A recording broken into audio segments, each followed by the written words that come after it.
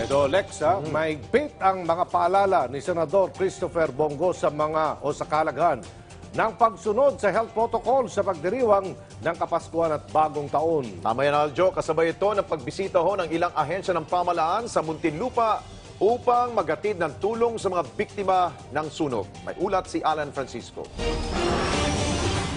Kung si Senador Christopher Bongo ang tatanungin, hindi siya pabor na magkaroon na ng face-to-face classes hanggat wala pang bakuna laban sa COVID-19.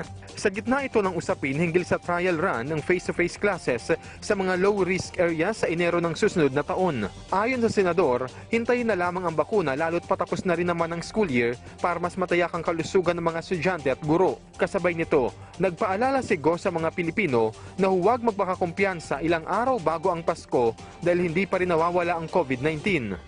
Konting tiis lang po muna. Kayo lang muna ng pamilya ninyo. Huwag muna kayo lumabas ng bahay. At pag nalampasan naman natin ito, marami pang Pasko at makapag-celebrate pa tayo na sabay-sabay sa susunod na taon.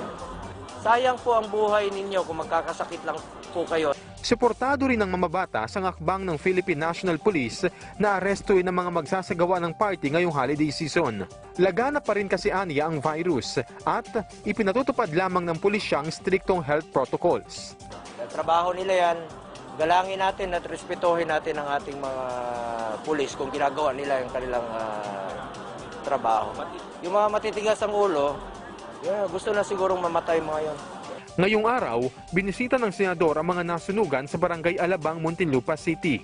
Mula sa kanyang tanggapan, nag-abot siya ng mga ayuda tulad ng pagkain, relief goods, vitamins, face mask, face shields at 2,000 pesos cash assistance at iba pa. Habang ang DSWD, NHA at DTI nagatid rin ng tulong sa mga residente.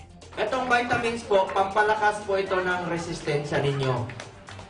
Pag malakas ang inyong resistensya, mas lalaban po ang inyong katawan laban sa COVID-19. Isa sa mga nasunugan at benepisyaryo ng ayuda si Jenny Lynn. Malaking bagay po na tumulong sila sa amin dahil po sa walang-wala po kami ngayon. Alan Francisco para sa Bayan.